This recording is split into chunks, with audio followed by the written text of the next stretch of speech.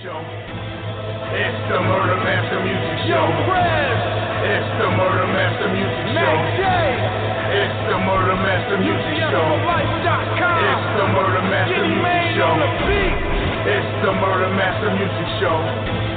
It's the Murder Master Music Show. It's the Murder Master Music Show.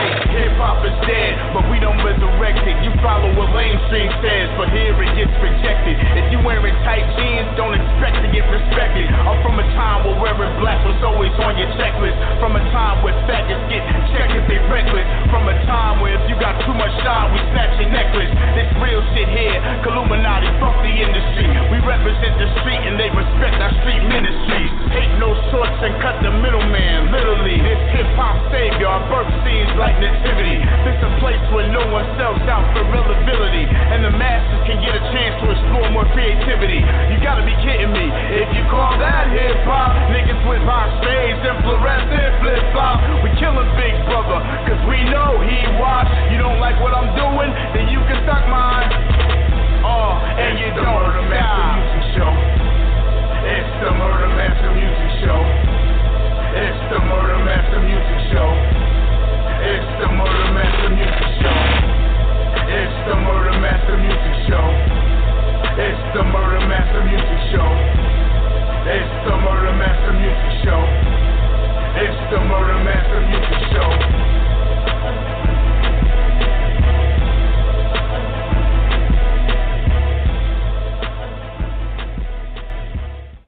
Hey, what's up, everybody? It's episode 302, Flint to Detroit, Project Born, followed by the homie Monte Cristoe.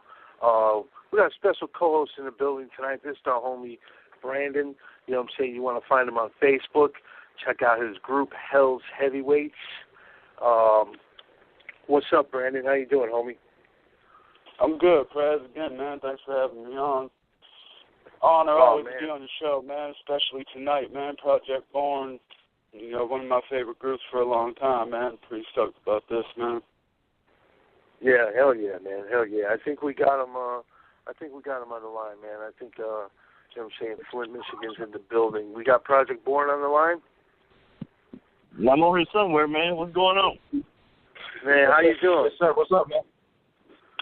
I'm good, man. I'm good, man. What's going on? Man, I tell you what, man.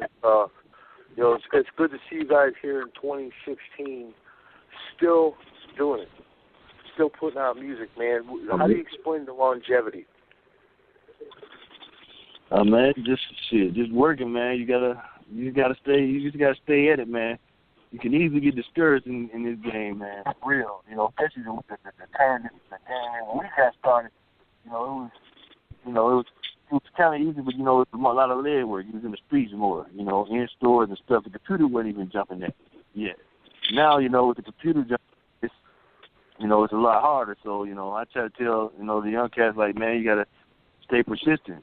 You know, you got to get on some shows, you know, get your merch together, and then keep pumping your stuff.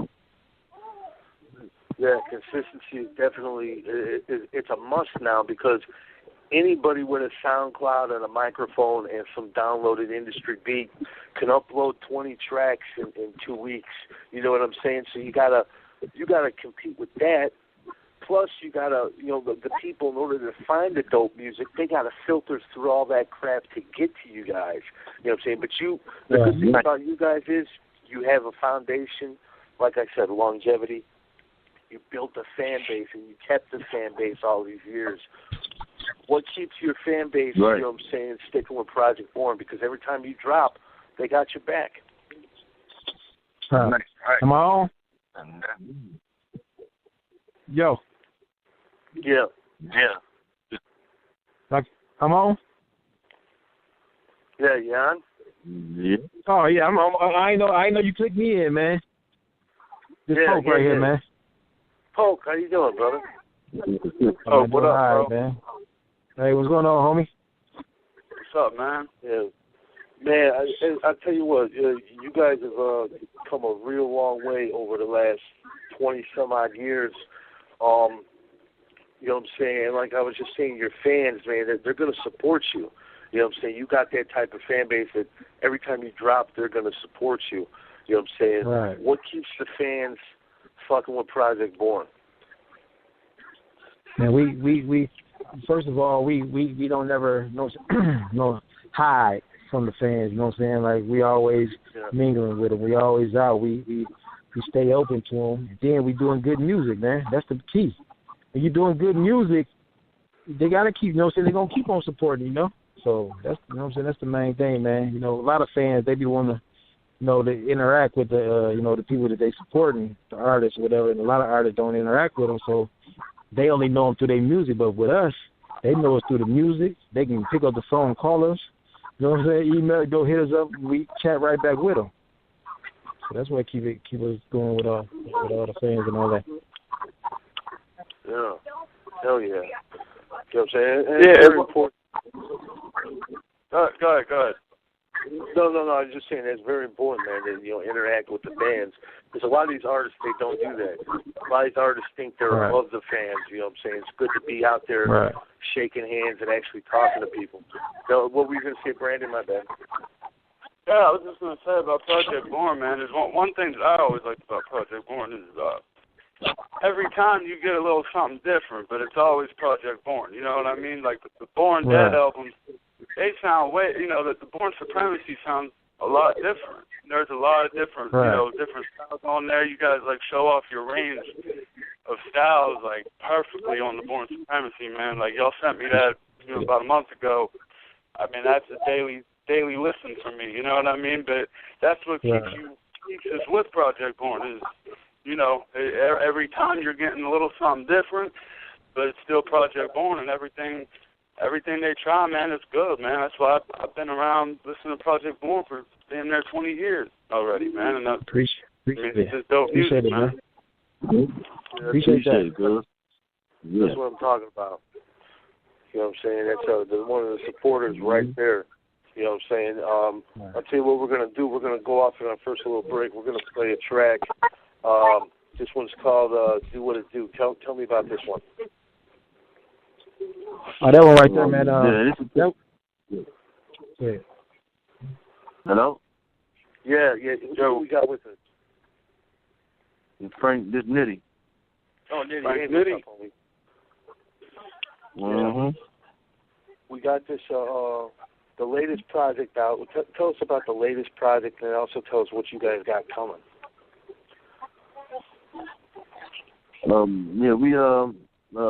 We just dropped the Born Supremacy. We're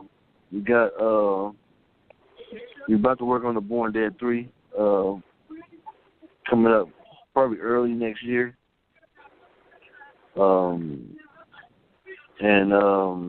Basically that's about what we're working on right now. Trying to get that album together and getting it out, and then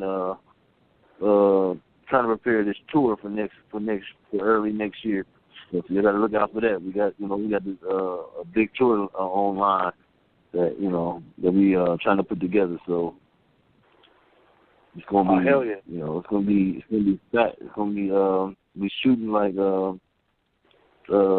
shooting probably gonna be like us, Dayton Family, Schizo and Mastermind, and Young Light. Hitting out early next year. Wow, so February. Are you going to be going all over the place? You're going to be hitting the West Coast or East Coast or? Yeah, we're going all the way around. We about to start booking, here real soon, and we're gonna see, we can go all the way around. West Coast, East Coast, all the way around. So, it's gonna be off the charts. All them underground legends right there. You can't beat it. No. Hell yeah. You know what I'm saying? That's what I'm talking about right there. You know what I'm saying? It's good that you guys are going on tour because people need to see, you know what I'm saying, who some of the pioneers are out there. And when it comes to Flint, you got Breed, you got the Dayton family, of course, and you got yourselves, you got Top Authority. You know what I'm saying? So you guys, it's good that you guys going out there letting people know that, hey, this is what it is. You know what I'm saying? We got a caller on the line. It's a homie Sin all the way from France. What's up, Sin?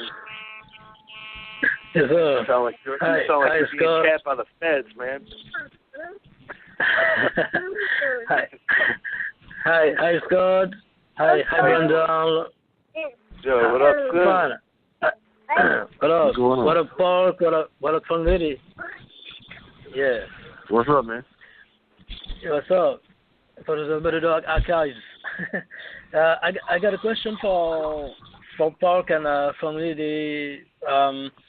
Can you talk about the tape you dropped, Losing It in '93, and also about the track you do with Isham at this time? Yeah, losing it. Yeah, in '93. Yeah. Then we it's a single. did it way back in 92, 93. Yeah, man, that was that's really sparked our career. You know what I'm saying? That was really kind of like our first thing we ever put on wax, which came back then. It was just cassettes.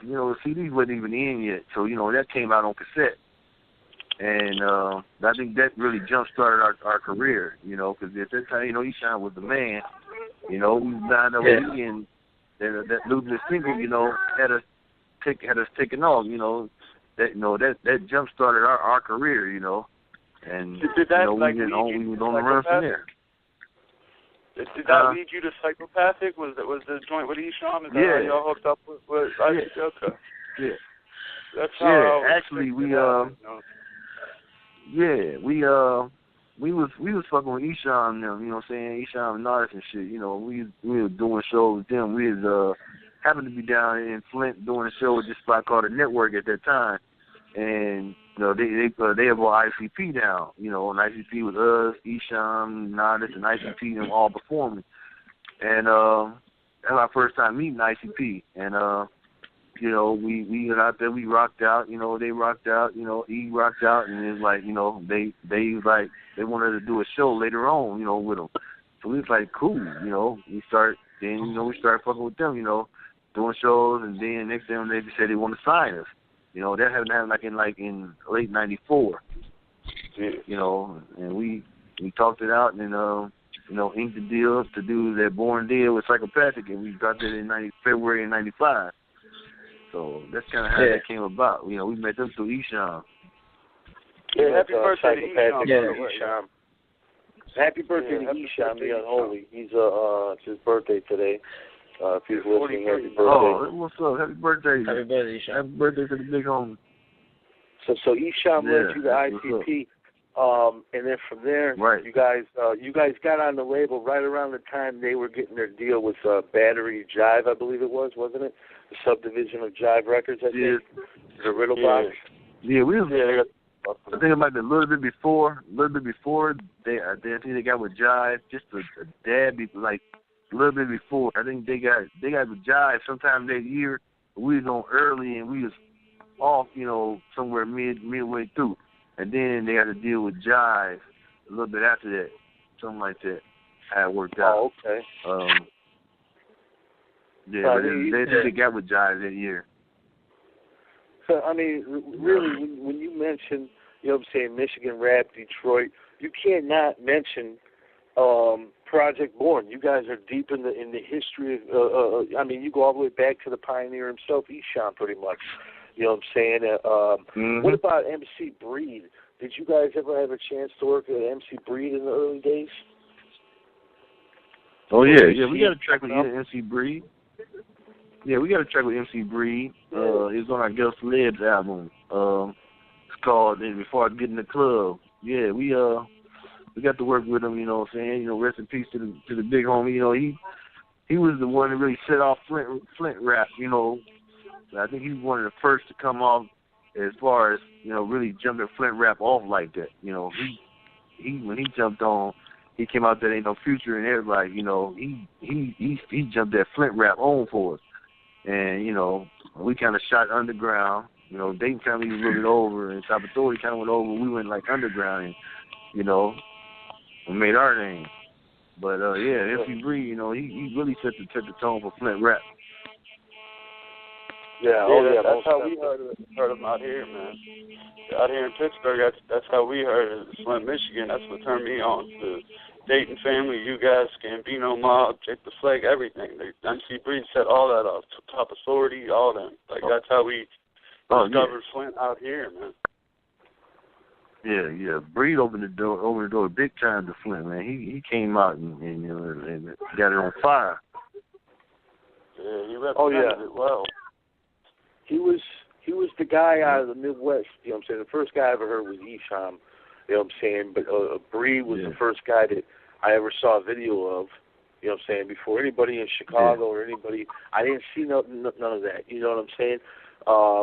See, I mean, really, you guys, you know what I'm saying, you're at the epicenter of the Midwest, you know what I'm saying, the history of the Midwest. But do you feel that the Midwest doesn't get the props that it deserves, that they only pick like a few people, like all they seem to talk about is Eminem and Kanye West and, you know, just a couple people. They don't really talk about the real pioneers.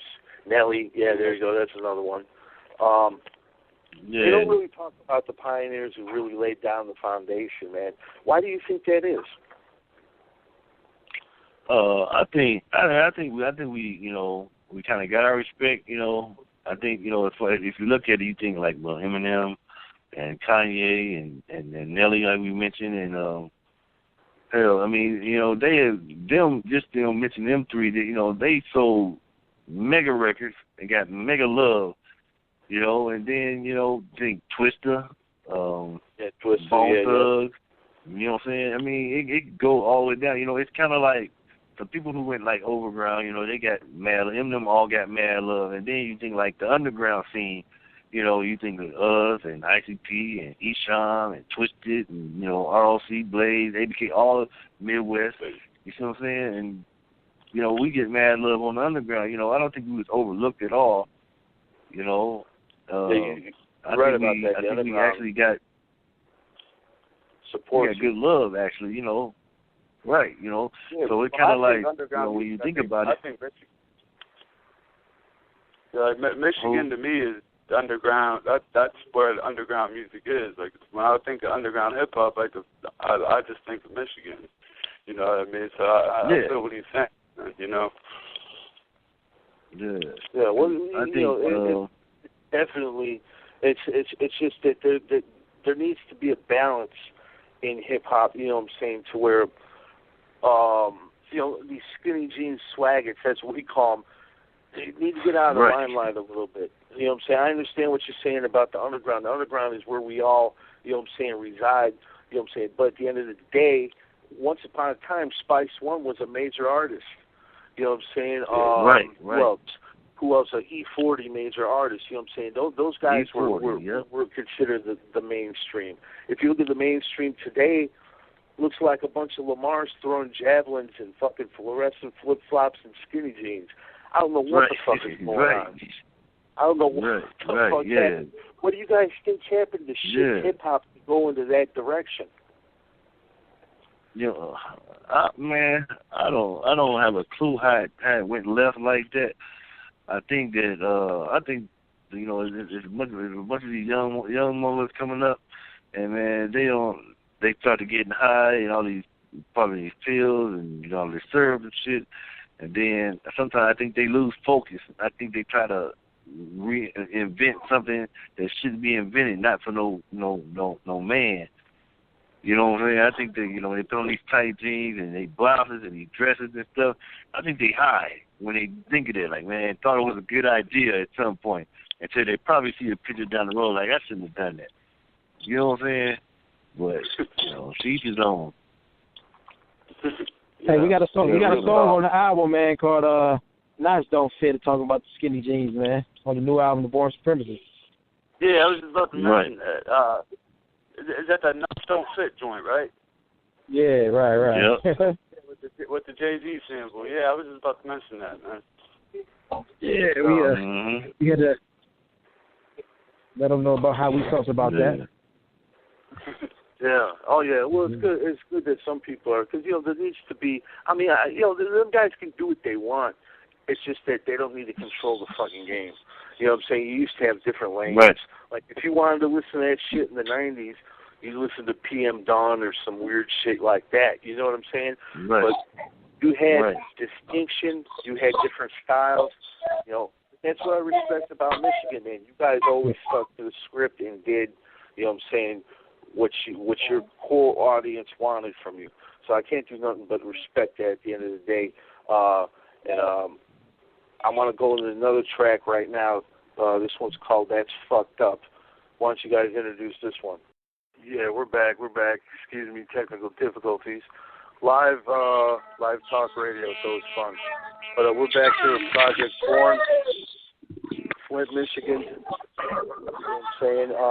Another thing I wanted to address, guys, is we talked about it the other day, Poke. I want to talk about it again. Any chance we can, I want to talk about it. The water situation. First and foremost, our thoughts are with you guys. What is the city doing, and how messed up is the situation now? Man, they right now, well, the last since it broke in the news, man, they've been doing nothing but a little temporary fix, send all the water bottles to everybody, all that, man. And here recently, like last week, they just saying the government, not the government, but the big Supreme Court approved, I guess, $100 million to start the pipelines, new pipelines or whatever. So we're gonna see how that go, man. And it's crazy, man. They trying to kill us, man. It's sad, man. You got all these kids here. Huh? Actually, man, they started it. This how they did it, man. They started it with like boil water advisories back in like 2014, telling everybody boil your water. We had then they lift it off, and then they come back with it saying boil your water again, and it was just didn't nobody really pay no attention, like there's nothing wrong with the water like that, lay it in the waters, and we just think boil advisory, maybe something happened and they get it right, but it's crazy, man. And yet they can give Israel and other countries $30 billion in aid to build up their military. Right. It's fucking bad. Nobody's held accountable for this, man. I guess that's crazy. Nobody's held accountable. It's just, my bad, and they move on. Right. Like, that's crazy to me, man. Like, I just can't believe They got paper showing, like the paperwork, man, showing that they all knew. They said the government officials, man, they all had bottled water. They was drinking good water, while the city is drinking contaminated water and bathing and all that in contaminated water, man, and all along they knew it. And like you said, nobody's held responsible for it, man. That linked all the way to the governor. These people still even got their jobs, don't they? Huh? Yeah. These people still got their jobs, right? Yeah. Most government, he's the main one. Right. The governor said he wouldn't resign. The trail goes all the way to the governor. It's a paper trail that goes all the way to the governor. And the governor said he's not resigning. He's gonna try to help fix the problem. He said he's not gonna resign. So it was like kind of he knew, and he sent the order back from his office came back to Flint to switch the water system. And then that's where in the water system they switched to, which was the Flint River, was contaminated, and they didn't put enough chlorine in it, or no chlorine in it, period, because they thought putting too much chlorine in it would mess with people. So they didn't put no chlorine in. And I think what it would have costed. What it would have costed, man. I don't know the actual number. I can't remember the actual number, but for them to make it sure that the water would have been good, what was it, like 1,000 a day? 300, 4,000, 5,000. Something that was small money, where that probably would have never happened if they did it. But they didn't want to spend the money, man. And now look at the problem. Yeah. And people don't pay attention. Like, dude, the ex-mayor of Detroit, Kwame Kilpatrick, he's in prison right now. So his money, the stuff he was doing with the money down there, whatever down in Detroit, man, whatever it was, money. And he's in prison right now. This man, they done trying to kill a whole city, man, and this man still got his job. I got you. Mm-hmm. Has no business being anywhere other than in the penitentiary. That's genocide, man. That's complete genocide. We talk about eugenics and different things, where they test on the people without their permission. They did a similar thing in St. Louis in the early 70s. They were spraying chemicals from the top of apartment buildings, and people were later getting cancer. I mean, these motherfuckers are ruthless. They don't give a fuck. You know what I'm saying? What we're seeing with the police shootings, that's the tip of the iceberg. What we're not seeing is the millions of people getting cancer and dying from being chemically fucking killed. It's horrible, man. Bootleg and Shoestring was saying people, hair was falling out, kids were getting sick and dying, and all kinds of things happening over there. You guys being from Flint, you know what I'm saying, did you ever think of, you know what, it's time to get me and my family the hell out of here. We got to leave. Did you ever have contemplate leaving and going somewhere else? Yeah, I contemplated, anyway, but I had already been thinking about it anyway, I kind of figured like, I just kind of tapped out in Flint. It's just, it's time to really move into a different location and start doing stuff different, not even besides the water situation, before the water stuff, the violence level had increased to, skyrocketed and that's from them taking jobs from out of the city. And it's like made it really poverty stricken. It's not. It's like it used to be back in the day. Shops, GM shops, and everything around here. They took like all the shops out and everything, and then just kind of, they kind of just stripped the city butt naked, man. For real. That's just the way to explain it. They kind of stripped everything from the city, and then they expect why they get some of the results they do as far as, the violence is up high. We stay in the top 5. We was the number 1 for a minute in more violent crimes in America. So we stay in the top 5 for more violent crimes in America because they took, if you take all the jobs, you start starving people, what you think they're going to do? They're going to rob, they're going to kill, they're going to do everything else. And then you throw this water crisis in there and you got a bigger problem. So it just became a mess. It's almost forcing you to leave. It's forcing you to leave. Isn't that what they're going to do? Yeah, they about kind of telling you they want you out of here. Like, get the fuck out. Yeah, they're going to bulldoze everything, and then they're going to put up these yuppie-ass country club fucking spots. I mean, that's what they do. You know what I'm saying? It's horrible. They did it in Gary. Gary was the number 1 steel industry in the world. And then they took the jobs away. Same shit happened to Gary. It's horrible. It really is, man. It really is. What about, like, as far as celebrities, is anybody putting their money where their mouth is? Is anybody helping out and coming there? Because I know for a minute people was dropping off water, but then the media quit giving any attention to it. Yeah, I don't see about it. Right.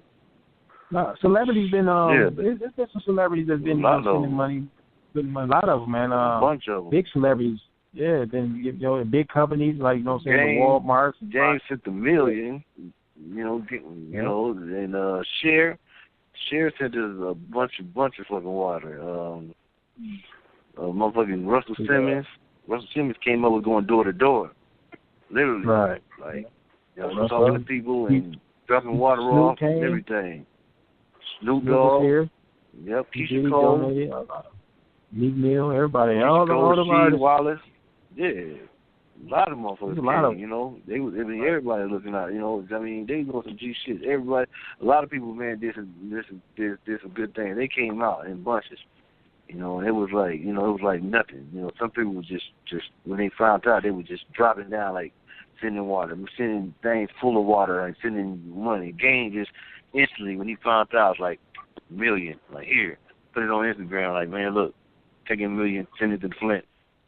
Like, it is what a lot of people helped out.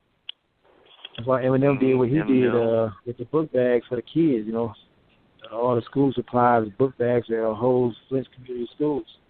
So there's something the government ain't doing shit pretty much. It's taking celebrities and donations from people around the globe, around the country. But the government, you think that they could, with this type of situation, they could fly in right away, have 2,000 motherfuckers on the ground, replace every filthy, dirty pipe in the city with brand new equipment, and then the problem be solved. But no, that's how you know the government don't give a fuck. You know what I'm saying? Yeah, let this happen to It's a little bit more difficult than like that. this. Yeah. Yeah, let this happen to Beverly Hills. It's a little more difficult than that. Man, you know what's crazy, man? It's like more of a state problem. Donald Trump was just here last week, right? He tried to do his little political thing, whatever, at this church, and the lady jumped up, the preacher jumped up and told him, "Ain't no political talk." Now, man, you running for president, you worth billions of dollars. That man we ain't heard of that man donate not one thing to the city. But you come here and trying to talk political and talking about you want to get the black vote because you know this city is majority black, and you know what I'm saying, you coming here trying to do that and saying you want the black vote, but you ain't said nothing about sending nothing here, no money, and you worth billions of dollars. You claim you are. You know what I'm saying? It's crazy, man. Yeah, I mean, if someone like the game could drop $1 million, that's one poker chip for Donald Trump at a casino. Right. You know what I'm saying? He could drop 20 of them if he wanted to, and it wouldn't even fuck with his money. I feel that, man. You don't need to be bringing the politics into an area is technically a disaster area. You need to bring in food, water, you know what I'm saying, and do what's right by the people. But you know, as we see what's going on, like with the young man that lost his life by a cowardice pig bitch who shot him in cold blood. We was getting heated on Facebook today about it. Which one? Which one? Exactly. At this point, which one? There's a lot of things going on. You know, a lot of things going on. But what are your thoughts, you know what I'm saying, as far as this? To me, it looks like a systematic shoot-to-kill order has been given. You know what I'm saying? It almost, because you got guys with their hands up, no weapons, getting blown away for nothing. No, did it yesterday. Dude, they did it yesterday to my man up in Tulsa, Oklahoma. Yeah, man, just walking hands up, and then just lights start lighting them. I'm like, what the hell? I seen the video. I'm like, it just doesn't make sense. They on camera because they know they're gonna get away with it. And then they was talking to the dude, and they played the part where the dude was in the helicopter looking down on it, and he was talking about, like a bad dude. he got him. Yeah, he's like a bad dude. Like, how the hell is he like a bad dude? What made him look bad? I didn't see nothing that really, when I looked at him, that was striking to say that he looked like he was going to be a threat. He got his hands up. He walking. His car broke down. He on the side of the road, waiting, trying to get help. And then you come up, and the motherfuckers shoot him. And then everybody talking about, well, you should just do what they say, this and that. Okay, we do what they say, but they still kill you. So what the hell? What are you supposed to do now? That's what they said in Nazi Germany. Do what the German soldiers say. And what did they say? They say, follow us into this giant room. You're going to take a shower. Next thing you know, they're all dead. So, yeah, exactly. You can't, I mean, the fucking law is really out to kill. I believe that they were given orders to kill people, you know, because they've done it so often. I mean, this year alone, we've seen so many homicides. But then these cocksuckers get on Facebook and these different places, different social media outlets, and like you said, they try to justify the homicide. Because that's what it is. It's a fucking murder. Right. You know what I'm saying? Right. And they try to justify it. Yeah. And to me, I don't see how the hell you could justify it. If you look at the video, the guy had his hands up. I mean, come on. Right. It's crazy. There's nothing. There's nothing to it, man. Like the dude did nothing. Man. And like the thing about it is the video. The one video evidence. The girl shot him. Yeah. I think the one cop did the right thing. You know, the one cop did the right thing by tasing him, and then the girl shot him.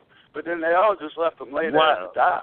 You know what I mean? Like, you got to think about it. Let me ask you the question. Tase him for what? He had his hands up. He didn't resist at all. Yeah. What do you mean with the taser for? Yeah, I don't think he was calling for help. His car broke down. Yeah, he didn't need to did anything. Then they try to spin it and say that he was reaching in his car. They say he's trying to reach in his car for a gun or something. But then they showed the video where his windows were rolled up. There was blood on the outside of the window. How did he reach in the car if the windows was rolled up? Yeah, exactly. It doesn't make sense. You know what I'm saying? Right. They like it's crazy, man. Like you said, it's crazy. Done in broad daylight. You know what I'm saying? Like so many others. And the guy was coming home from night school, and like you said, his car broke down. He needed a fucking tow truck, not the meat wagon. And that's what happened to this poor gentleman. He's lost. His family's lost without a father, without a brother, without a son. All because of these fucking pigs. And I just want to say this too. If you're on my fucking Facebook and you're defending the actions of what's going on with these pigs, I want you off my fucking Facebook, point blank, because you can't justify what they're doing. You can't justify the bad what thing, they're doing. Like he just said, they left him to die. One thing I know, and I didn't know about the police, when they go to training, they're all learned to do all. They're like not doctors or nurses, but they all are trained to, if somebody hurt, to take care of them till the ambulance get there. Whether they hold some over the wound so he don't bleed to death or whatever. You know what I'm saying? To keep him keep his eyes, whatever. Talk to him to keep him. You know what I'm saying?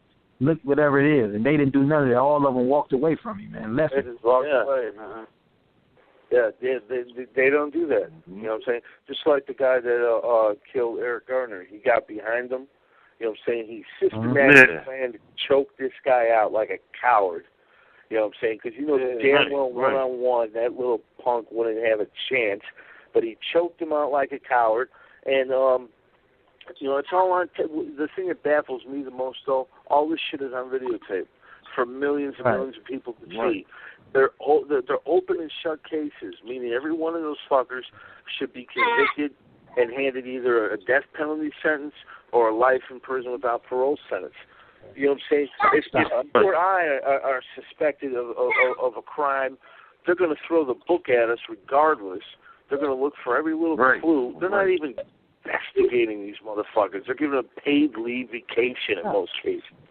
Disgusting. It's disgusting. Hey, I got one more thing to say about that Tulsa. If you look at that, y'all watch that video. After she shoot him, watch the one police grab her and take her to the passenger side. I don't know. You don't pay attention to that part. He did something. He said something talking to you. Did y'all pay attention to that? When after she shot him, he grabbed her and took her to the passenger side. Was saying something to her. I don't know what it was. Of course, I don't know what it was, but that just shows you, like, man, like, come on, man, y'all know there was something wrong, man, with that. Y'all know it. Hey, man, I don't even like talking about it, man, too much, man, because it pissed me off, man. Yeah, it does, man. It really does. You know, we try to raise the awareness about it, just like these you know what I'm saying, these pedophiles and shit like that, these people that target children. We try to just bring to light, you know what I'm saying, what's going on. But it's really fucked up. When you guys get in the studio, when you guys get to recording music and whatnot, how do you guys go about the process? You know what I'm saying? I always wonder that. Do you guys just show up at the lab and start creating then and there, or I mean, how do you do it? We usually, man, we get you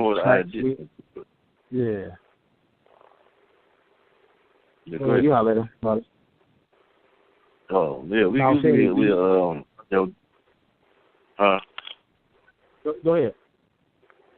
Yeah, we usually get the beat and we are thinking of a title, and we get the beat and we call each other, and you got a title? Okay, we get a title, and then we like, okay, we write our stuff and then go drop it. You know, we kind of think of the ideas as we go along. You know, shit just comes together. You know, cause usually like when you first drop it, that's kind of like still really the rough draft. So it's probably not going to where it's going to end up. But you know, it's kind of a blueprint of how we want it to go, and then we just add ideas as we go. You know, as far as how we do the hook, how we gonna want to do the hook, what we add, what we take out, and stuff like that. You know, that's basically how we do it. That's how the magic is made, folks. Project Born. You guys have been doing this for a real long time, and you're still doing it, and you're killing these motherfuckers out today. Again, give them all your social media, give them your website, and then we're going to play one more song, and then we're going to come back and close out the interview. But if anybody wants to get at you, what's the best way? To keep up with us, man, like we got the realprojectborn.com. You know what I'm saying? Any business they want to holler at us about, you can email us, business@therealprojectborn.com, or hit us on Facebook, Project Born, Twitter at Real Project Born.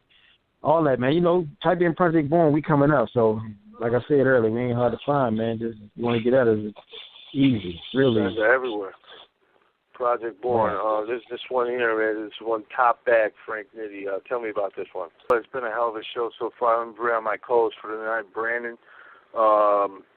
It's episode 302, Flint to Detroit. Project Born. We've been chopping it up on some real shit, not just music. You know what I'm saying? We're talking about real life. We also have the homie Monte Cristoe coming on pretty soon. Man, that's what I'm talking about, fellas. I'm going to let Brandon close out the interview with y'all. I want to thank you guys for coming on the show, and also want to let you know that as soon as you get ready to drop, make sure we get the music, because we want to review it over at youjustforlife.com. We also want to bring you guys back on the show. That's cool. All right, I'm going to send you a copy of Scott, I'm going to send you a copy of the Born Supremacy, man. Oh, man, I appreciate that, Pope. I really we appreciate that. you, man, for having us on here, man. We've been, rocking with each other for years, man. So it's love. Yeah, almost decades now, right? Shit, we're getting old, ain't we? Right.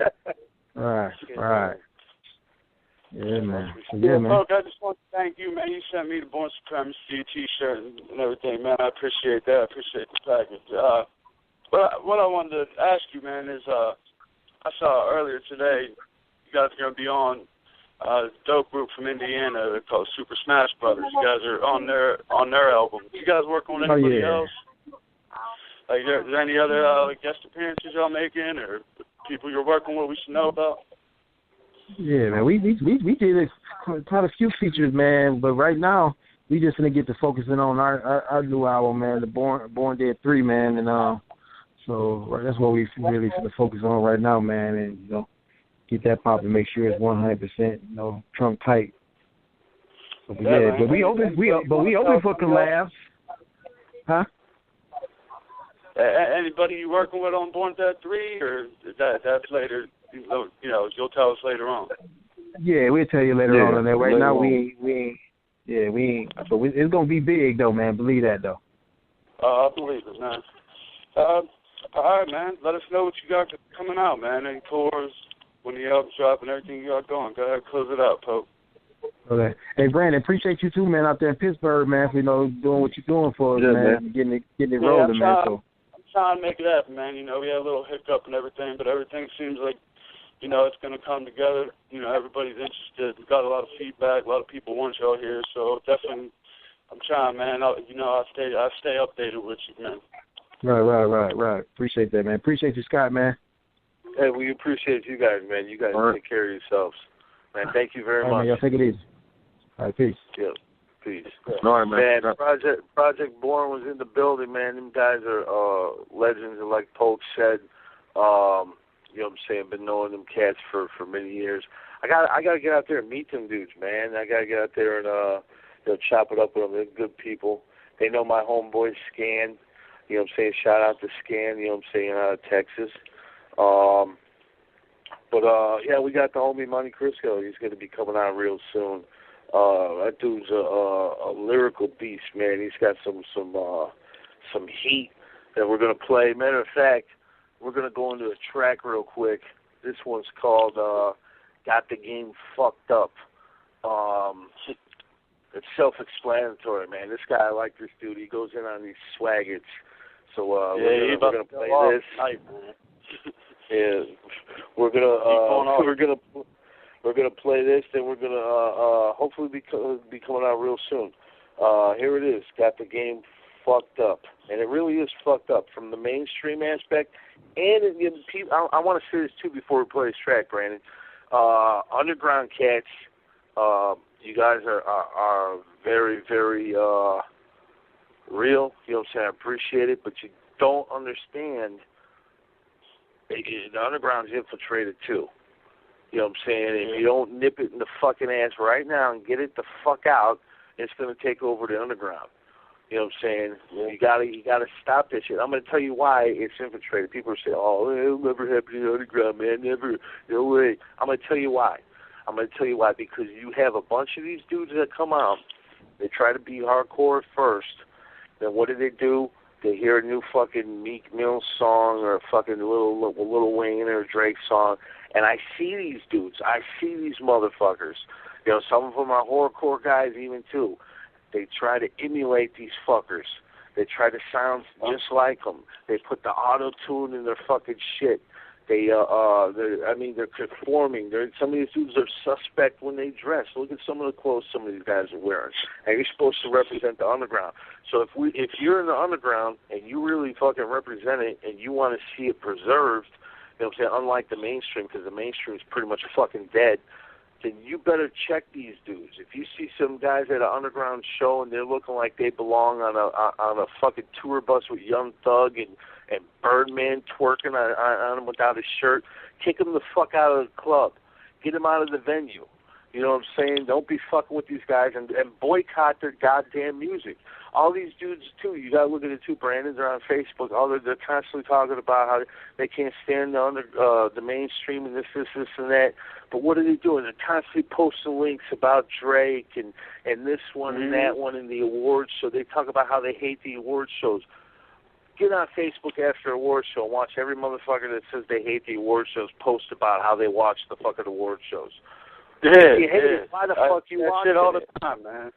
Like, man, I hate this new Drake song. Like, why are you listening to it? I hate this award. Why are you watching it? If you hate the award shows and you hate the swaggotry and you hate the clothing, why the fuck are you supporting it? I see these grown 45, 50-year-old men walking in Abercrombie and Fitch. You know what I'm saying? Trying to look like a 13-year-old girl. What the fuck is going on with these dudes? But yet they claim that they don't support the swaggotry. They claim they don't support the feminization of the male youth in America.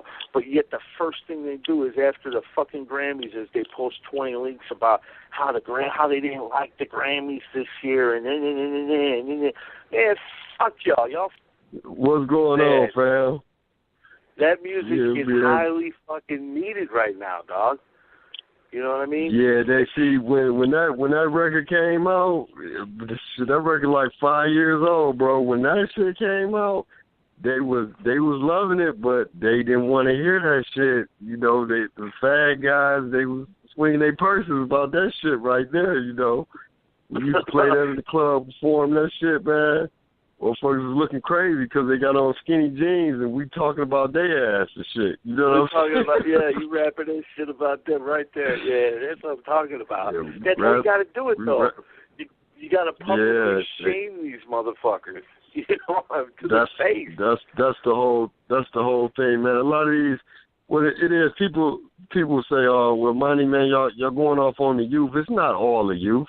It's not the old versus the young or none of that. It's these Dennis Rodman bastard child that the industry been pushing over the years. You know what I'm saying? They've been putting money behind these fuck boys. These motherfuckers they strategically pick the LD students, the slow bus motherfuckers. If you look at that, the XXL, the freshman class, Lil Yachty, all Lil Uzi, Lil Bitch, all them little fuck boy, all of them is straight fuck boys. They look like they was in slow bus school. They can't pronounce words. They mumbling on tracks.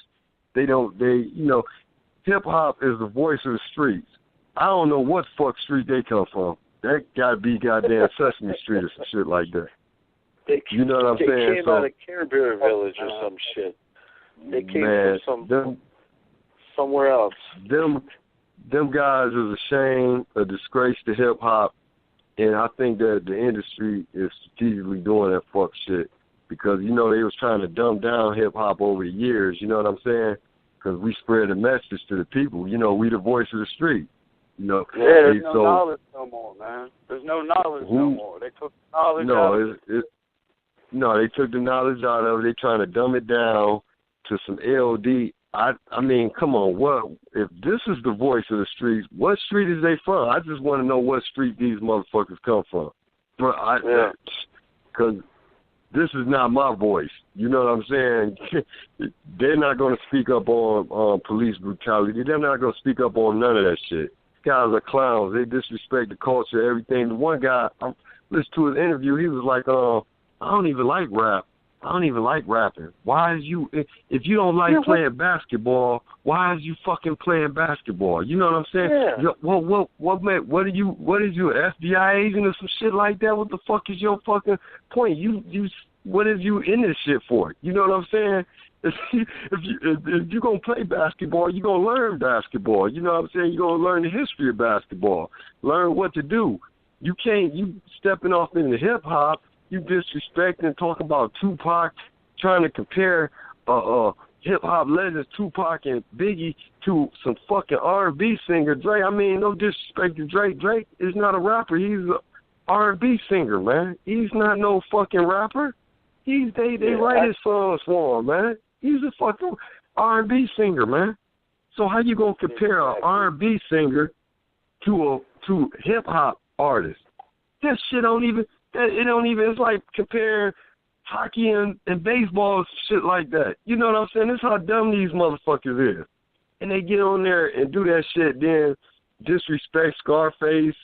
Man, I don't even know how they still surviving. In the 90s or anywhere, they wouldn't let these motherfuckers go around. That's why the artists need to start speaking up. Yeah, they never got in because you know what it was, how I'm looking at the game, bro, is the game, hip-hop was similar to the dope game. If you was getting into the dope game, everybody was going to give you a bag of dope back in the 80s and the early 90s.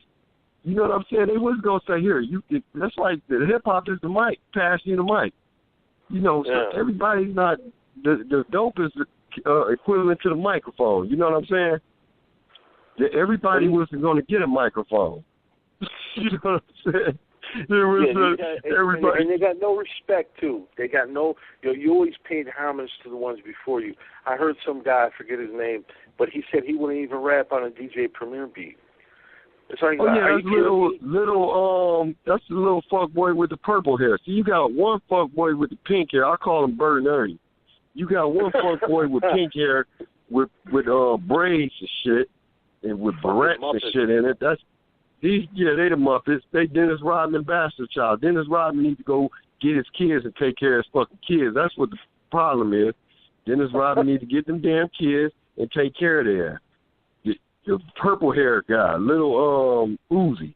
So he runs around and says, I wouldn't, man, people would break their neck to rap over a Premier beat. Is you fucking crazy? Yeah. He said a Premier beat? Man, come on, man. This guy's an asshole. I don't know.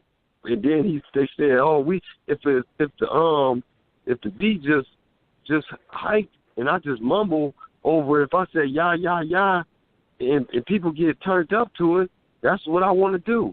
Dog, come on, man. What the fuck? Y'all trying to destroy the culture? What is it, trying to create some shit? And say fuck the history? And y'all coming in with some fuck boy shit? Get the fuck out of here. I don't even see how they still rapping. I don't even understand this shit. But I do understand it. They ecstasy babies. Huh? No. A lot of the OGs, you know what I'm saying, they're not checking them. They need to be making tracks like the one we just heard, and they need to be going in on these guys. I do respect the homie Chuck D. The other day, he went in on some of them. He said Kanye is pretty much fucking the rap game up. And we had DMC on the show, and DMC said that they were, fucking up the rap game. So some of the OGs, the pioneers, are speaking up, but a lot of the guys from the 90s, I don't see them speaking up. I see some of them even trying to fit in with them dudes. Yeah, some of them band together. Because they thinking they got to hold on to these fuck boys so they can be relevant and they can create that. That's bullshit. You know that's the bullshit. Probably them record labels telling them y'all got to rap like this and y'all got to do this fuck boy shit because this is what's going on. This is what's hip now. the culture. Oh yeah, let's talk about culture bars. Oh, we gonna get to that. Can we get to that later? Remind me of the culture bars and shit. That's a whole different topic. You hear me? But remind me of that one. They're trying to mold these artists into being what they want them to be. And right now, you know what I'm saying, it's stuff that cats like yourself and me and Brandon and everybody else probably listening can't relate to. I don't know what that mumbo-jumbo garbage is. I don't know what they're saying. Doesn't make any sense. Right, and they going to say, well, the guy, y'all old, like the Lil Yachty guy, he's saying people old and all.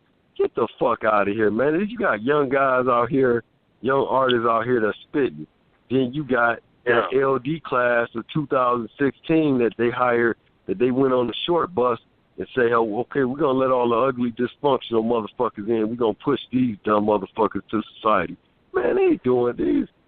This motherfucking record companies doing that bullshit, man. They'd have never, because of the culture vultures. The culture vultures is ones that's running that shit. So, these motherfuckers would have never been in the like 90s, Tupac and them around, they would have never let these fuck boys breathe, man. They wouldn't have been breathing. Niggas. Yeah. We would have never heard of that. Yeah, he went straight in on, and that guy going, Lil Yachty, he's the most disrespectful motherfucker I've seen in my life. And then what the thing is, them young motherfuckers that's disrespectful like that, it was a video I put up on the internet today. Somebody tagged me to it, and I posted on the internet. Is a video of OG beating the young guy ass. After he beat the guy ass, the guy tried to say, I'm calling the police. And then he was like, oh, I ain't calling the police, I'm calling my grandma. Chill out, OG, I'm calling my grandma. See, this you can't whoop their ass because they going to tell on you. So, I mean, this shit is all fucked up. You know what I'm saying? So codes are all, there's no more codes in the streets. These guys don't even pay attention or honor or respect that. They don't understand that would get you killed. You know what I'm saying? Certain things that they say, certain things that they even try to wear, you wouldn't be caught dead wearing that in certain neighborhoods.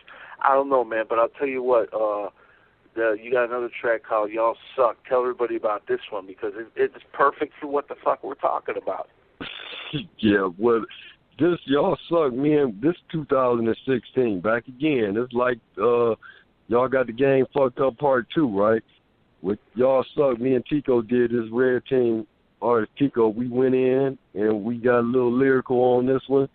And these motherfuckers straight suck out here. It is, they don't have no substance, nothing to it. They just, I don't know what the fuck. I think is, I was telling my homeboy that these are the results of ecstasy and a party, ecstasy babies. These are ecstasy babies out here right now they got on, it ain't crack babies, they ecstasy babies. You know what I'm saying? So, oh yeah, the result.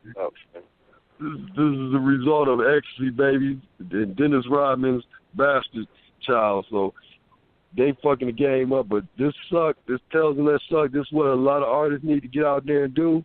Go in on these motherfuckers, man. Don't be scared. Don't be thinking that, oh man, well they gonna think I'm bitter or all this other mumbo jumbo bullshit. No, you're telling the truth. Hip hop is the voice of the street. Voice. Say what you gotta say. We're trying to be politically correct around this motherfucker these days, though. Everybody's sensitive. Go off on these motherfuckers. Everybody's sensitive. Fuck these motherfuckers. Man, these motherfuckers are looking better than the bitch. They motherfucker wearing Serena Williams cat suits where she wearing tennis and shit. These motherfuckers is all fucked up. Now, in Detroit, I done dealt with everybody. I done worked with Esham, everybody you can name, Royce. They put a mixtape. We did a mixtape. Royce got back with Eminem. We put together a mixtape for the artists. We did something with everybody. I done work with all the artists. Esham was, when I worked with Esham, that was my, Esham my favorite Detroit artist of all time. So when working with him, that was the great thing. And with Detroit, I done worked with everything. I done did everything in Detroit from a hole in the wall to the Palace, you hear me? every venue in there. So, you know, and Detroit, that's my hometown, born and raised in there. I did not across 8 Mile in Detroit. It's a difference, you know, it's a big difference. A lot of guys be saying they're from Detroit, they're not from Detroit, you know. They're born and raised in there. Now, Esham, you know what I'm saying, he influenced pretty much a whole genre, a whole generation of people, you know what I'm saying. What about did he have any influence on you and what you do? Yes, he actually is the blueprint to everything. Because Esham showed how to independently, you don't have to deal with the mainstream. Esham showed everybody long time ago, you don't have to deal with the mainstream. You can do this yourself. And you grind it yourself. And he showed how to, with merchandising and all that, you know, merchant and selling shows, he showed how to do it. Independent the game. And Esham really, I only think he had one major deal out of his whole career. I think he was with he had one deal with Koch. I'm not for sure. I think he had that deal with Koch. TVT, distributor, I believe. TNT. He was with TVT before Little John, if I'm not mistaken. Yeah, he had when RLP turned into Gotham Overcourt and everything. Yeah, he was with TVT. Yeah, he was Esham was the first one to do a double cassette CD. Yeah, you know, he did the double cassette. You know, he did a lot of many different things. Yeah, he was ahead of his time. He was ahead of his time. At a young age, man. He was like 13 when he was doing all this, man. That's what's so incredible about it. He was like 13 years old, man. He's 43 today, actually. I mean, right. it's just, it blows your mind how ahead of the game he really was. I mean, to recognize that at so young, man, and like he created a genre. Like, you know, that there's so many people out right now that they wouldn't have made it without Esham doing it back in the day. I mean, with Detroit there. It's not an artist really that come out of Detroit that's not influenced by Esham. It's not. It's Esham.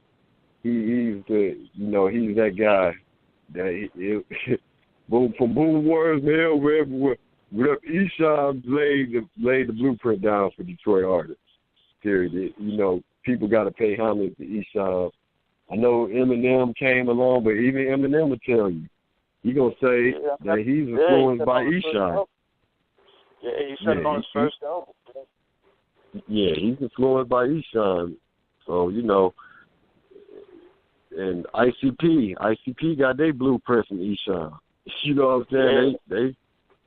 They pay homage. ICP be doing the damn thing too. You know, they got fucking wrestling. Esham was all over their first album. You know, and right.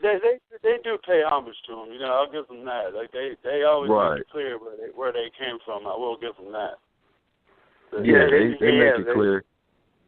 They have in the past. I have heard them, and they you know, even though I don't particularly like their music, I do have to give them props. I mean, them dudes are one of the best business-minded, you know, labels and groups in the history. You know what I'm saying? They keep a fan base for 20, 25 plus years. They got that fan base that they go platinum underground. They're going platinum underground. That without, you know, they kept years in the 90s. Those guys were selling 1 million records underground, no majors. They were on Woodstock. You know what I mean? They stayed underground, man. They were on fucking Woodstock. I mean, look what they do now. That's one thing I do respect about them, though. Like the whole gathering of the Juggalos thing. Like they don't just keep it to their artists. You know what I mean? They put on a lot of legends on there. You know what I mean? They had Slick Rick there this year. You know, the Scarface and the Ghetto Boys did a reunion show there. You know, they pay homage. You know, like I said, I'm not really into their music that much anymore, but I respect the hell out of them, no doubt.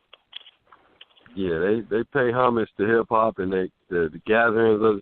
I did one of them with Project Born. Project Born was kind of their hype man at one of the shows in Detroit some years ago. With Pole Sane brought me out there, and with ICP they brought me on stage, and did Project Born performing. You know, that was actually my first show on stage with the ICP, and you know, the Fago shit.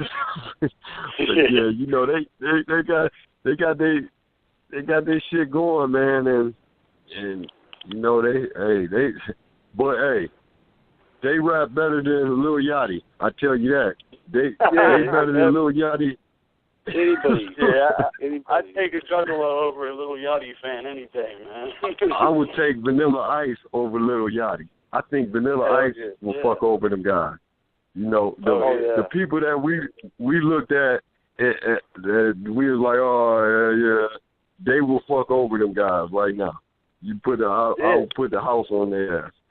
You can take fucking Arsenio Hall as Chunky A in 1989 and put that motherfucker out and you'd be 10 times better than these dudes nowadays. Really? These guys suck all the way across the board.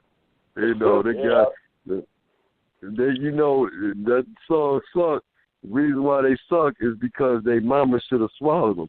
See, if they mama would have swallowed their ass, they wouldn't suck. You hear me? These guys suck, man. Lil Durk, his mama should have swallowed his ass. Lil Uzi, mama should have swallowed his ass. Them guys suck, and I don't even see how they getting this long of a run with that bullshit. It's like society is fucking clowns. Oh, shit. Society has come to with LD clowns and shit. These guys are straight up fucking LDs, man. But it is what it is, man. If artists be doing these features with them, artists is some fucking is clowns, man. I lose respect. I wouldn't do no feature with them motherfuckers. I wouldn't want to do no show with them. I look at them guys as bozos, man.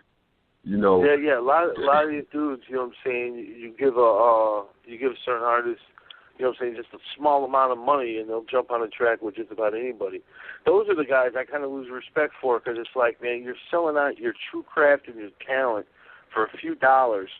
You know what I'm saying? When you should be, you know what I'm saying, giving that back to your fans. Let your fans buy your records.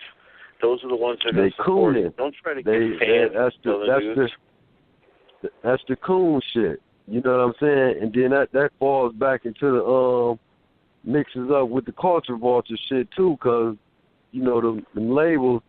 Now I heard this I got some pretty. That's what I heard, and I got some pretty good sources. Here we got a culture vulture down there in Miami. Let's take this guy for instance. He's a prime example of why the industry is fucked up right now. This guy down there, Lil Joe down in Miami. Now this right here, this motherfucker wasn't the label. Yeah, the guy was guy down there, Miami, Lil Joe. Okay. This is the word on the street on his ass. Before. What happened? Like he never showed up, or he never set up the show and never got back with me.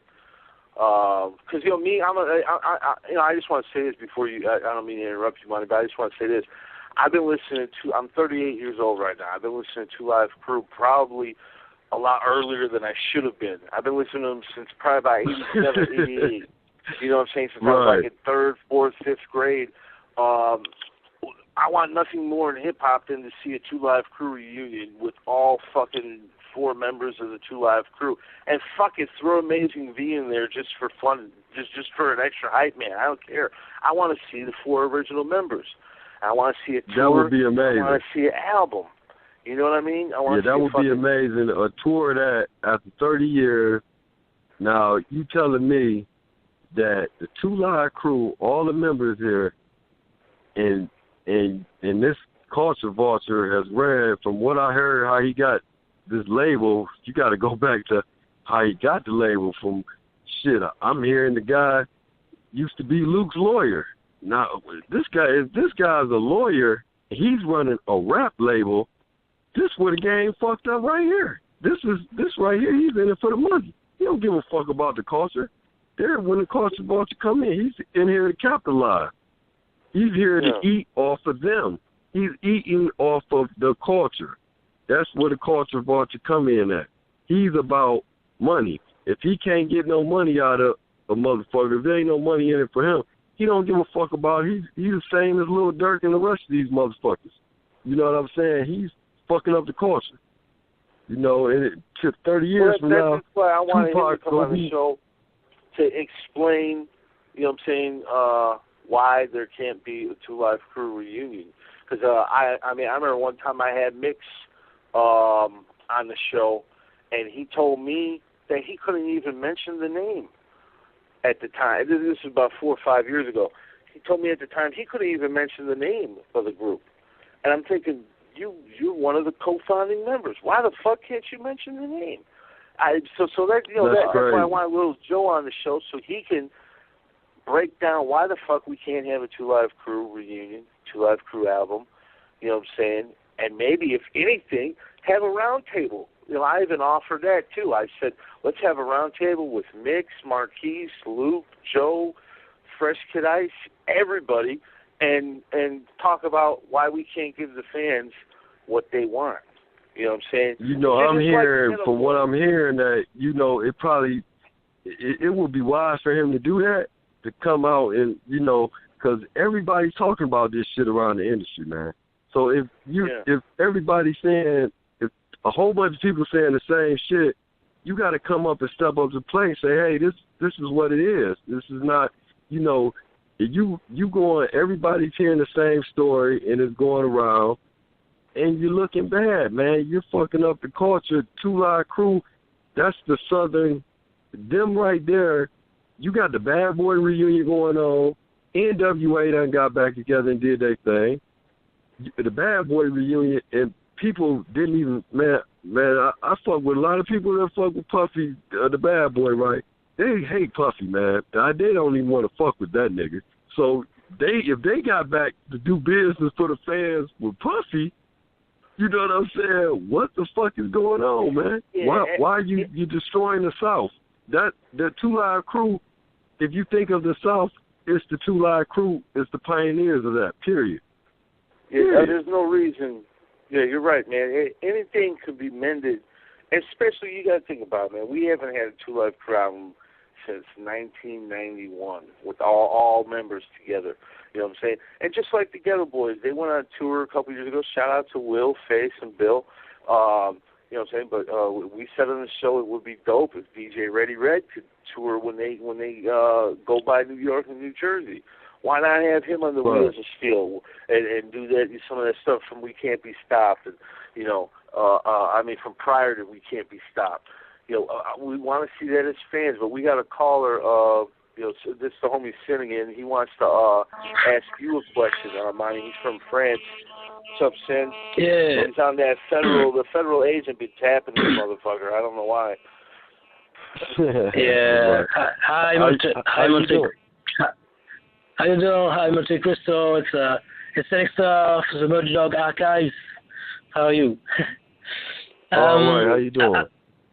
Yeah, I have a question about your tape, Last of the Best, and what was the concept behind the tape with the art cover with the light and all that with the church, and tell us about this album tape. Now, Monte Cristoe is from the book. The name Monte Cristoe comes from the book, The Count of Monte Cristo. And okay. If you read that book from Alexander Dumas, The Count of Monte Cristo, he was tricked and he was locked and thrown in the dungeons for 14 years. And he was and the guy that was next to him taught him a whole bunch of stuff. And then he kept telling him he got a whole bunch of gold and stuff when he get out on the Isle of Cristo to go get it. So the guy died while he was in there, and Monte Cristo escaped from the dungeon, and he went and he got back at his enemies, but he didn't kill them himself. He made them kill themselves. You see what I'm saying? Monte Cristoe, it was the ultimate revenge. He made all the people that set him up, he made them kill themselves. So it was a book of revenge, and it's a big book. It's about 900 pages. If you ever get a chance, read the book, The Count of Monte Cristoe. Yeah, and the last of the best album is a reflection of that, of The Count of Monte Cristoe, of what I went through, because that's why they called me that, or what I went through with the prisons and the streets and all that stuff, and the people that crossed me out when I was at my peak, and shit was crossing me out now, shit. But that's all of that put in there together, and this is going to be a story like a book. Okay. And about your team, the Red Team, the Red Book tape, can you tell us about something about? Yeah. The Red Book, that came out 2010, actually. And we're going to put it back out again. But you can get it on, you can Google it up, and it's online. You can download everything, Red Team Entertainment. The Red Book was the book of the Communist Manifesto. The Red Book. The Red Book was given to the Black Panthers when you joined the Black Panthers. You had to read the Communist Manifesto. You had to read that, but we took that and flipped it like the Red Book of game, giving knowledge. You know, most of hip hop is about knowledge. It's voice of the street. So anything when we putting out there, we trying to give knowledge to the streets and knowledge to the people out there. You know, knowledge of what's going on. You know, we telling our story. So that's the Red Book. It was like we used the Communist Manifesto thing and did it like that. Okay, that's deep. That's you. Yeah. All right. That's real shit. That's a dope metaphor, man. Because you know what I'm saying. You said that you went through some things. You know what I'm saying. That you spoke about Monte Cristoe been locked up for years. Were you in a similar situation? Yeah, I was in a similar, not identical, but similar situation as him. I did 12 years straight. And I was in a similar situation with that and got crossed out and I had to go through to see the turncoats and all the shit and had to go through that in life. And, it's, as you get older, you seeing more of it. You know what I'm saying? So I don't be shocked at nothing what these motherfuckers do out here, but that's what I went through in the similarities to the Count of Monte Cristoe book, and I gained a lot of knowledge in prison. Prison is like a different college. It's a whole different ball game, you hear me? It's a different college, and when I went to prison, back when I was going to prison, I was, the street guy on all that, and when I got in there, it was like, hey, you got all the muscle and all that shit. You got to start using your brain, man. Old heads pulling me. It's like you got all the muscle and shit. You got to start using your brain. Finesse game. Gorillas stay here. You gotta be a gorilla in a suit. You gotta put on a suit and change it up, man. Because gorillas, the monkey's gonna come at you with them bananas. You know what I'm saying? You gotta be able to, see when them bananas coming and sidestep them and go over it, or the hurdles coming. So, I was in there in prison out of shit. They in Michigan Department of Correction. They used me, my video, chasing the goddamn warden off the yard. I was in the right end to chase the warden off the yard and shit. And St. Louis, Michigan. I was in that shit. They used my video, I guess, through quarantine, they told me. Scared of prisoners. And I had to do 3.5 years in the hole and buried a max for that shit. So, it's a lot of, and I've seen a lot of people. A lot of people can't survive 3.5 years in the hole. But shit, there was guys in there that was in there for 20. That's like dude from Murder in the First, that movie with Kevin Bacon. He comes out of the hole after years. The first thing he does is stick a spoon in somebody's throat. How the fuck did you get through that, man? I mean, it had to be a mental you had to really fought and struggle mentally, I would imagine. It's strong mind to do that. Yeah, it's a mental game because you gotta always remember when you're going in that situation, your mind, you gotta keep your mind because that's what they're trying to break. You already know the system trying to break you. That's their whole plan is to break you. From the jump of going through prison, the whole system of stripping you naked around 20 guys and putting you in the shower is all mental shit. They trying to break you. You know what I'm saying? Dehumanize you. They trying to break you down. So you already know everything they coming at you. You know you gotta know what they own. You know what I'm saying? So, but being in a hole, and I'm seeing guys break down. I've seen guys hang themselves. I've seen officers go in there and kill guys and shit. They're not gonna give you no inside. In Michigan prison, there has never been no MSNBC inside Michigan prison. No, they don't do that in Michigan. They don't let no cameras in Michigan. They kill guys in there. They do whatever the fuck they want to do inside Michigan prison. So to make it up out of there, back in them days and how that shit is, man, it's a blessing. You hear me? It's a blessing because there's a lot of shit go on that they hide and they cover up because they're making a lot of money off in prison. In the prison system on there, so they cover up. I remember when Jack Kevorkian got locked up. Dr. Death, y'all remember Dr. Death? Yeah. Barbara Walters couldn't even come in and do an interview on him because they wouldn't let no cameras. 2020, Barbara Walters tried to come in there and do an interview on him. They wouldn't let her in there. That's how Michigan prisons is. She ain't get no interview. Kevorkian? I was Kevorkian was on PC. I was in level 5 when he came through. When he came through the bubble, I was in general population. They eventually let him in general population, but because he had to fight to get around the prisoners because you had prisoners trying to squeeze his guts out. So, he came in there and they put him on PC in level 5. Level 5, they got different units. They got general population. They got detention, they got ASSEG, and they got PC. They put him straight in PC. So, like, when we went to breakfast or lunch or dinner and Jack Kevorkian got to go to the doctor, they would lock us down and walk Jack Kevorkian to the, wherever he got to go. They shut the whole prison down when he came to prison. They made it like she was like God up in that motherfucker. They wouldn't let nobody get by him, so... And plus, he knew all them tactics to kill motherfuckers. So, you in level 5, if he get around the wrong prisoners, they going to want to know some of them secrets, you hear me?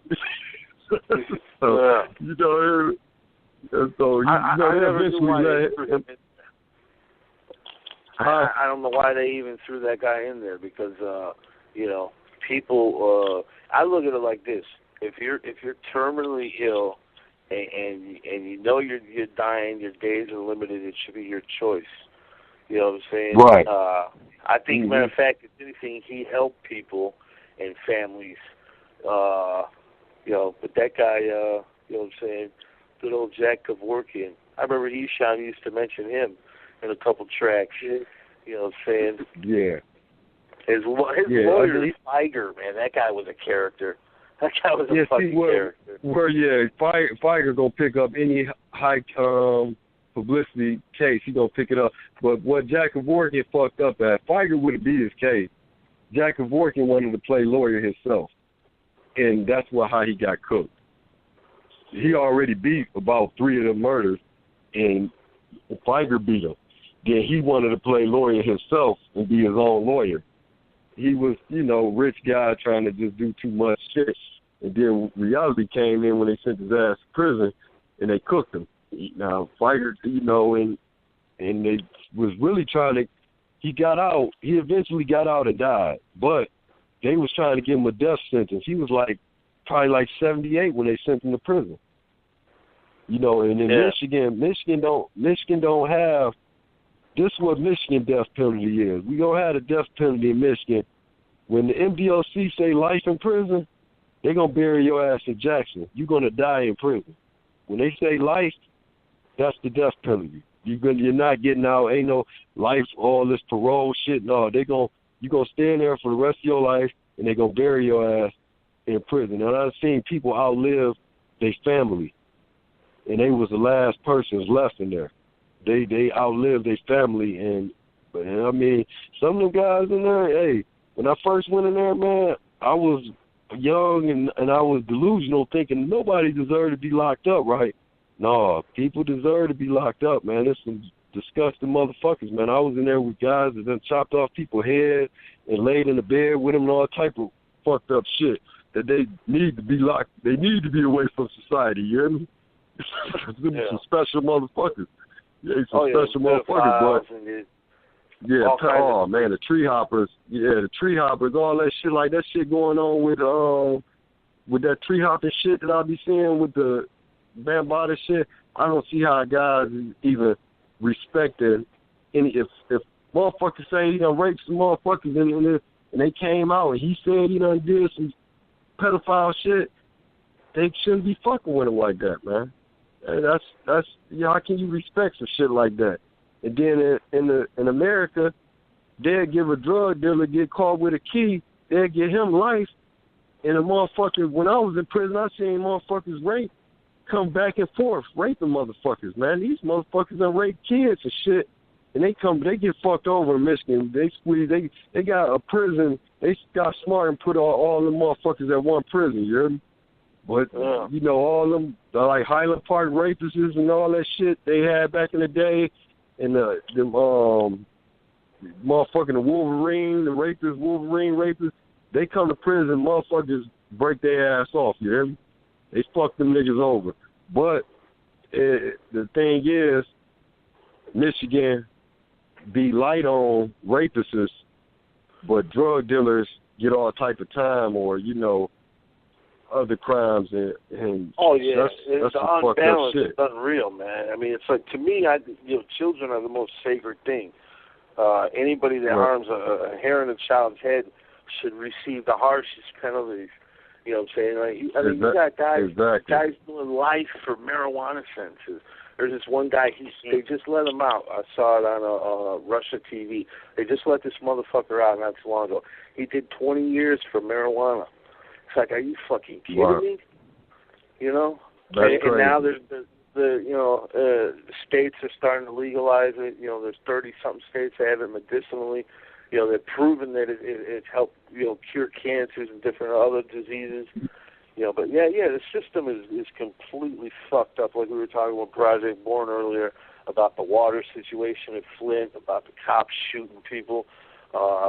That's terrible. And you know what's crazy? What's crazy about the Flint thing? It's a prison. The prison I was talking about with the riot jumped off while I was part of the riot, right? That St. Louis water is fucked up, and everybody knows it. It's the water they feeding the prisoners fucked up water. So you know what I'm saying? And I think they got a class action lawsuit in on it. I think I might be getting some money from that shit too, because I was in there. So you know they're gonna do a class action lawsuit. The water fucked up in Jackson, Michigan. Everybody know it. All them old pipes and shit. They're in Michigan. They know this shit fucked up, and people know about this shit, man. And it's genocide. One of y'all said it. That's genocide, man. They know this shit, man. It's just, that's what baffles me about the whole thing is they still got their jobs. Nobody's being held accountable, man. It just blows my mind. Like, I just can't even, how do you justify it? It's exposing Michigan corruption. It's exposing Michigan inside them prisons, bro.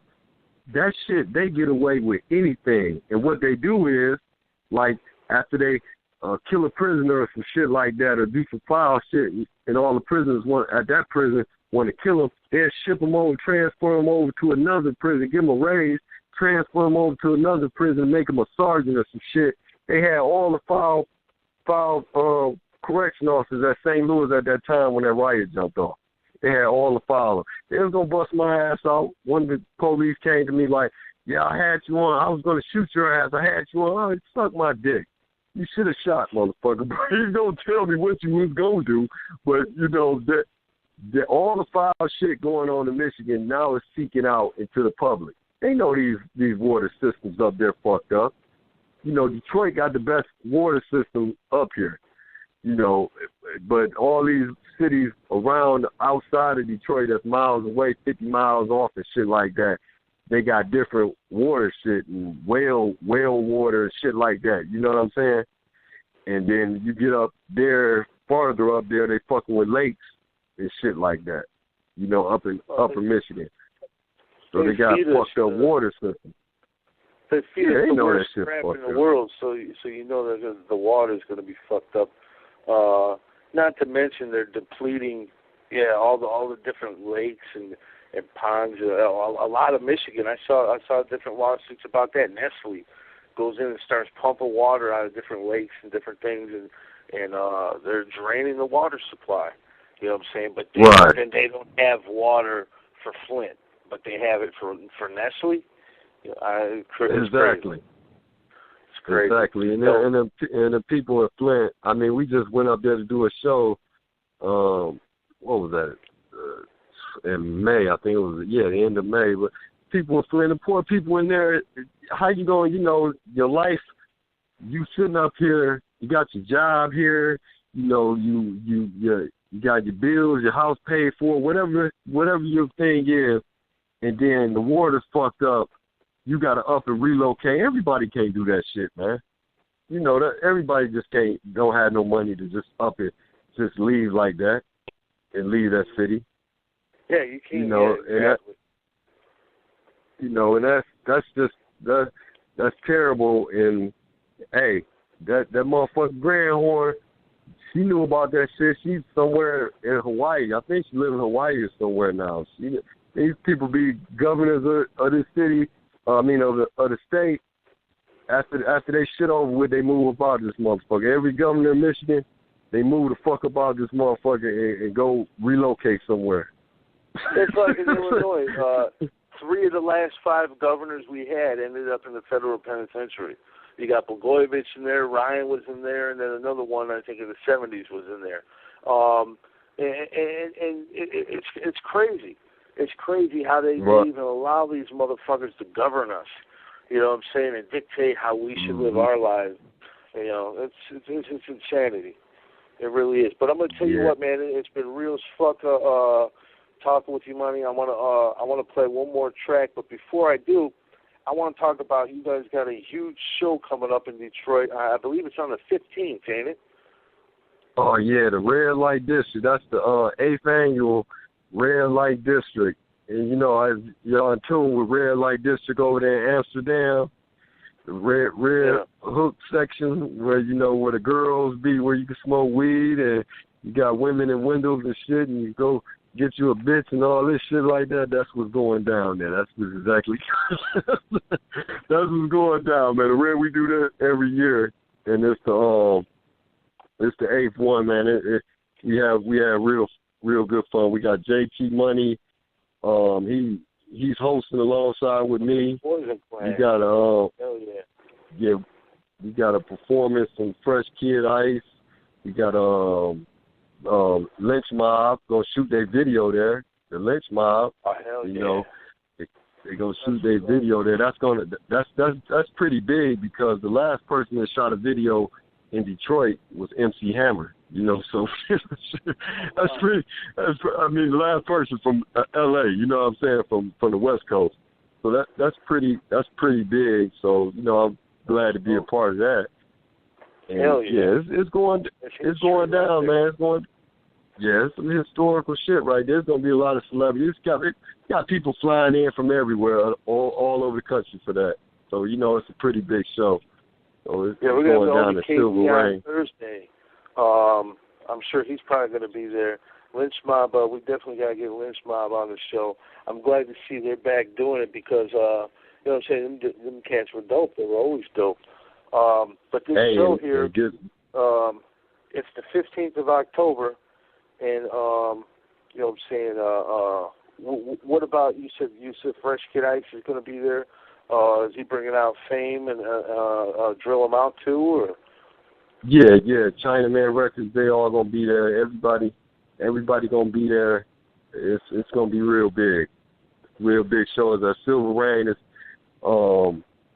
big place Howard Stern used to own it. It used to be called Scores. You know, Howard Stern owned the Scores. Silver Rain, biggest strip club in Detroit. So it's going to be pretty big. So, you know, everybody coming out. You got models from all over, fine girl magazine models. You got the porn people on the Wood Nights Entertainment. The porn. You got the upclass, and then you got the freaks. You got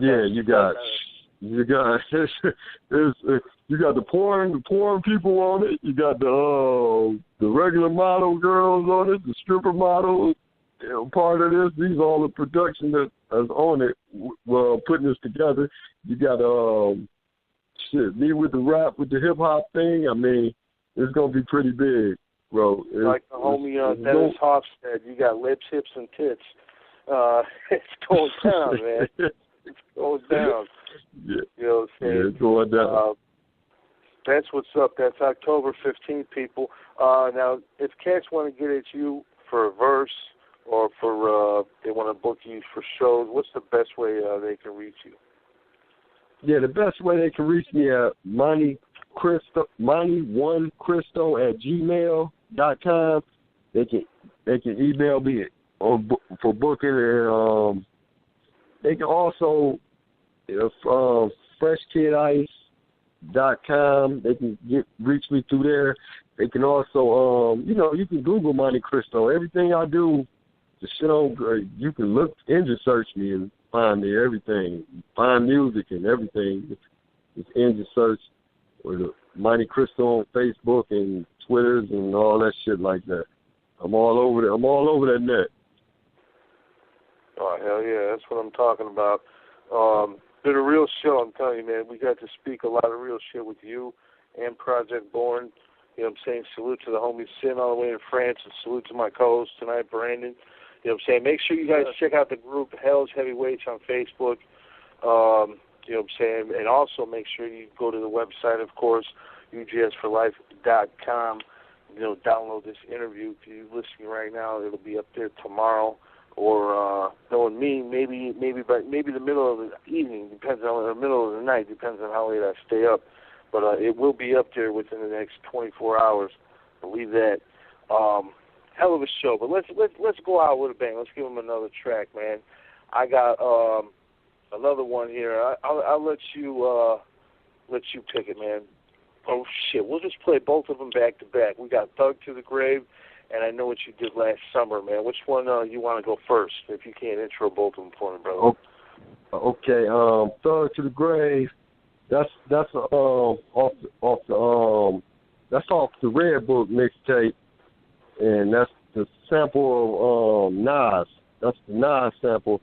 That's the spitting that street shit. That's with little homie on there, and I was an OG, so he talking about the past and shit like that, and what he went through. Me and him, Pistol Pete, and we got I Know What You Did Last Summer. That's classic shit right there. I know what you motherfuckers did last summer. I still know what these motherfuckers did. But that's the classic shit, man. Check that out. Check that out. Red Team, Chinaman Records. Yeah, that's what it is, man. Thank you, everybody, for the support. Make sure to go to ugsforlife.com. Subscribe to the YouTube page. Follow us on Twitter. And like the Facebook page, man. We'll see you guys. Actually, Thursday, we got the homie, speaking of Lynch Mob, we got the homie KD from the Lynch Mob, and his homeboy Arson Al with their new group, you know what I'm saying, the Black Rolling Stones. They got a new EP. They're going to preview some tracks here on the show. And after that, we got the homie out of Sacktown, Don Blanco. He's got a mixtape, Love Y'all. That's going to be on the show, too. So tune in Thursday. Then Friday, you know what I'm saying, make sure to tune in Friday as well, because we actually got the guy, you know what I'm saying, that did the artwork for fucking the Machiavelli album that Tupac did, man. Okay, yeah. Yeah, he did the artwork for that. He actually did a lot of pieces for Pac and some for Snoop Dogg. He's actually going to be on the show speaking about the stuff he did over at Death Row and other things. The name of the book, if you want to go get it, is called Risky Forever. His name is Ronald Risky Brent, is going to be on the show.